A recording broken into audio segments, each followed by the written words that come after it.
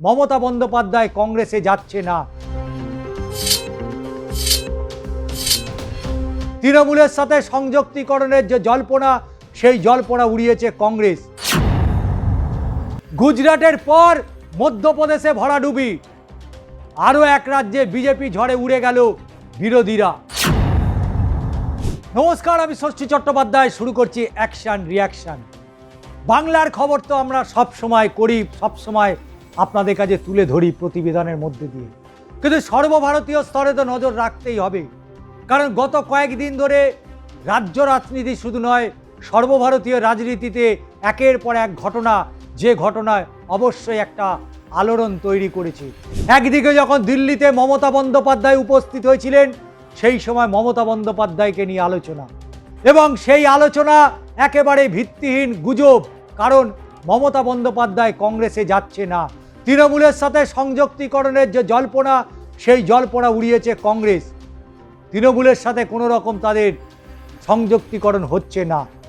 আবার ওইদিকে ককরোচ জনতা পার্টি, তাদের যে রংবাজি দিল্লিতে অর্থাৎ রাজধানীতে দেখা যাচ্ছে, সেটাও কিন্তু ফেলে দেওয়ার নয়। অন্যদিকে একের পর এক নির্বাচনে ধুয়ে মুছে সাফ হয়ে যাচ্ছে জাতীয় কংগ্রেস। কর্ণাটকে লজ্জার হার বিজেপির। রাজ্যসভায় বিনা প্রতিদ্বন্দ্বিতায় নির্বাচিত হলেন কংগ্রেসের 3 প্রার্থী। এদের মধ্যে সবচেয়ে বড় নাম কংগ্রেসের বিগ ব্রাদার, সর্বভারতীয় সভাপতি মল্লিকার্জুন খড়গে। এছাড়াও এআইসিসির সম্পাদক মনসুর আলী খান, মিডিয়া ও প্রচারক বিভাগের চেয়ারপারসন পবন খেরা সংসদের উচ্চ কক্ষে যাচ্ছেন। অন্যদিকে বিজেপির এম নাগরাজা কর্ণাটক থেকে রাজ্যসভার সাংসদ নির্বাচিত হলেন। যদিও 25শে জুন রাজ্যসভার মেয়াদ শেষ হচ্ছে, খড়গের প্রাক্তন প্রধানমন্ত্রী তথা জেডিএসের প্রতিষ্ঠাতা প্রধান এইচডি দেবেগৌড়া এবং বিজেপির এরান্না কালাডি এবং নারায়ণ কোরগাপ্পাওয়ে 4টি আসনের জন্য আগামী 18ই জুন নির্বাচন হওয়ার কথা ছিল। এক নির্দল প্রার্থী সহ মনোনয়ন জমা দিয়েছেন মোট 5 জন। আর বৃহস্পতিবার অসঙ্গতির কারণে নির্দল প্রার্থীর মনোনয়নপত্র বাতিল করেছেন রিটার্নিং অফিসার। ফলে কর্ণাটকের শাসক দল কংগ্রেসের 3 এবং বিজেপির 1 প্রার্থী বিনা প্রতিদ্বন্দ্বিতায় জয়লাভ করেছে। বিষয়গুলো শেষ হয়ে যায়নি। 29শে লোকসভা নির্বাচন আর মধ্যপ্রদেশে বিজেপি হ্যাট্রিক করেছে, কংগ্রেসের মনোনয়ন বাতিল। রাজ্যসভায় বিনা প্রতিদ্বন্দ্বিতায় জয়ী হয়েছে 3 জন প্রার্থী। শেষ মুহূর্ত পর্যন্ত এই জয় আটকাতে মরিয়া চেষ্টা চালিয়েছিল কংগ্রেস। মীনাক্ষীর মনোনয়নপত্র বাতিলকে চ্যালেঞ্জ করে আদালতে দ্বারস্থ হয়েছিল হাত শিবির, কিন্তু শেষ রক্ষা হয়নি। শেষ রক্ষা। রজনীশ আগরওয়াল, তরুণ চুগ এবং মহেশ কৈবতকে জয়ী শংসাপত্র দিয়েছে নির্বাচন কমিশন। গুজরাটের পর মধ্যপ্রদেশে ভরাডুবি, আরও এক রাজ্যে বিজেপি ঝড়ে উড়ে গেল বিরোধীরা। আর গেরুয়া শিবিরের 3 প্রার্থী বিনা প্রতিদ্বন্দ্বিতায় জিতেছে। তবে উল্লেখযোগ্য, কংগ্রেসের রাজ্যসভার প্রার্থী মীনাক্ষী নটরাজনের প্রার্থীপদ বাতিল করেছিল। ফলে রাজ্যসভায় বিজেপির কোনো প্রতিদ্বন্দ্বী অবশিষ্ট ছিল না। তাই বিনা প্রতিদ্বন্দ্বিতায় বিজেপির জয় ছিল স্রেফ সময়ের অপেক্ষা। আজকের অ্যাকশন রিয়াকশন নিয়ে আপনাদের মতামত অবশ্যই আমাদের কাছে অত্যন্ত গুরুত্বপূর্ণ। তার কারণ সর্বভারতীয় স্তরে অনেকগুলো বিষয়, যা অবশ্যই বঙ্গের মানুষের কাছে শুধু নয়, ভারতবর্ষের অন্যান্য রাজ্যগুলোতেও কি চলছে, সেখানে বিজেপি কোথায় দাঁড়িয়ে রয়েছে, কংগ্রেস বা কোথায় দাঁড়িয়ে রয়েছে, ইন্ডিয়া জোটের যারা শরিক তাদের ভবিষ্যৎ আগামী দিনে কোন দিকে, সেটাও কিন্তু অত্যন্ত গুরুত্বপূর্ণ। তাই 29শে লোকসভা নির্বাচনের আগে অবশ্যই এই ছোট ছোট বিষয়গুলো নয়, রাজ্যসভায় কারা ক্ষমতাসীন থাকবে, লোকসভায় কারা ক্ষমতাসীন থাকবে, সেটাই এখন দেখার। কারণ কংগ্রেসের 10 সদস্যের প্রতিনিধি দল রয়েছে, কিন্তু লাভ হয়নি। নির্বাচন কমিশনের তরফ থেকে কোনো নির্দেশিকা জারি করা হয়নি। আদালতও শুক্রবার এই ইস্যুতে শুনানি করছে। বিজেপি প্রার্থীদের জয়ী ঘোষণা করতে কোনো বাধা ছিল না, কিন্তু 18ই জুন রাজ্যসভার নির্বাচন, কিন্তু তার আগেই হলফনামায় তথ্য গোপন অপরাধে বাতিল হয়েছিল কংগ্রেসের প্রার্থী মীনাক্ষী নটরাজনের মনোনয়ন। এখান থেকেই লড়াই শুরু হয়েছিল বিজেপির। রিটার্নিং অফিসারদের কাছে নাকি তারা তথ্য গোপন করেছিল, এমনটাই অভিযোগ বিজেপি নেতা কৈলাস বিজয়বর্গী এবং রাকেশ সিংয়ের।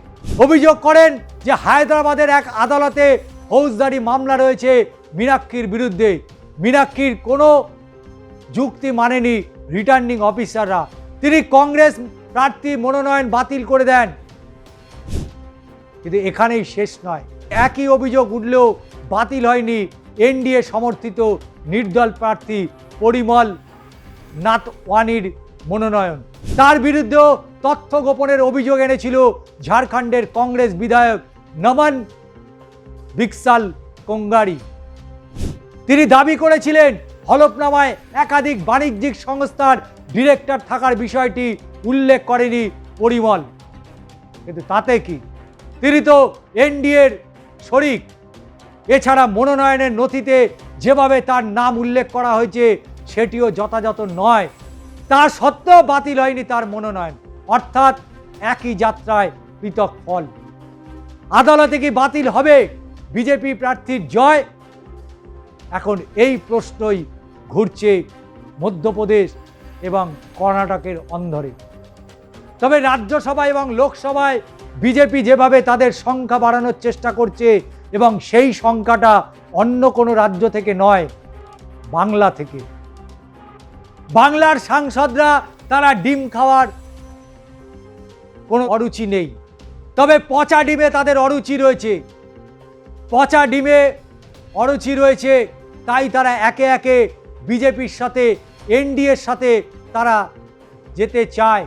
আর এই মর্মেই আপনারা জানেন যে লোকসভার স্পিকার ওম বিড়লাকে তারা চিঠিও পর্যন্ত দিয়েছে।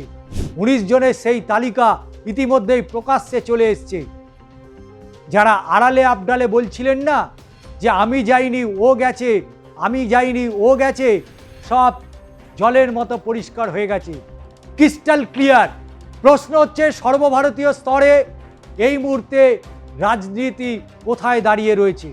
ওদিকে দিল্লি হাতছাড়া হয়ে গেছে, বেঙ্গলে মমতা বন্দ্যোপাধ্যায় হাতছাড়া, কেরলে বামেরা সেখানে একেবারে ধুয়ে মুছে সাফ হয়ে গেছে, আর সেই জায়গায় কমল ফুটছে। বিজেপি, ভারতীয় জনতা পার্টির জয় জয়কার চলছে। তাহলে ভারতবর্ষের আগামী দিনের রাজনৈতিক প্রেক্ষাপটটা সেই চীন রাশিয়ার মতো হয়ে যাবে না তো? ভারতবর্ষের সংবিধান, সেই সংবিধান বদলে যাবে না তো? যে বিচার ব্যবস্থা, যে আইনি ব্যবস্থার মধ্যে দিয়ে ভারতবর্ষ এগিয়ে চলে, সেখানে বড়সড় রদবদল হবে না তো? ভারতবর্ষে লোকতান্ত্রিক অর্থাৎ ভোটাধিকার, সেই ভোটাধিকার কতটা সুযোগ থাকবে সেটাও কিন্তু আগামী দিনে ভারতবর্ষের মানুষের কাছে অবশ্যই একটা প্রশ্ন তুলে দিয়েছে জাতীয় কংগ্রেসের পক্ষ থেকে। তাই সর্বভারতীয় স্তরে লড়াই চলছে, ঠান্ডা লড়াই। একদিকে ইন্ডিয়া জোট আর একদিকে এনডিএ জোট। তবে এনডিএ জোট তারা যত দ্রুত সম্ভব তাদের যারা শরিকি রয়েছে তাদেরকে সরিয়ে বিজেপি একাই ক্ষমতায় থাকতে চায়। তাই তৃণমূল কংগ্রেসের কাউন্সিলর ডিম খেতে পারে, ডিম ছোড়া থেকে তারা বাঁচতে পারবে না, কিন্তু সাংসদরা যেন দেখে মনে হচ্ছে ঝিকে মেরে বউকে শাসন চলছে বাংলার রাজনীতিতে। তো আজকের অ্যাকশন রিয়াকশন কেমন লাগলো অবশ্যই জানাবেন, চ্যানেলটিকে সাবস্ক্রাইব করবেন।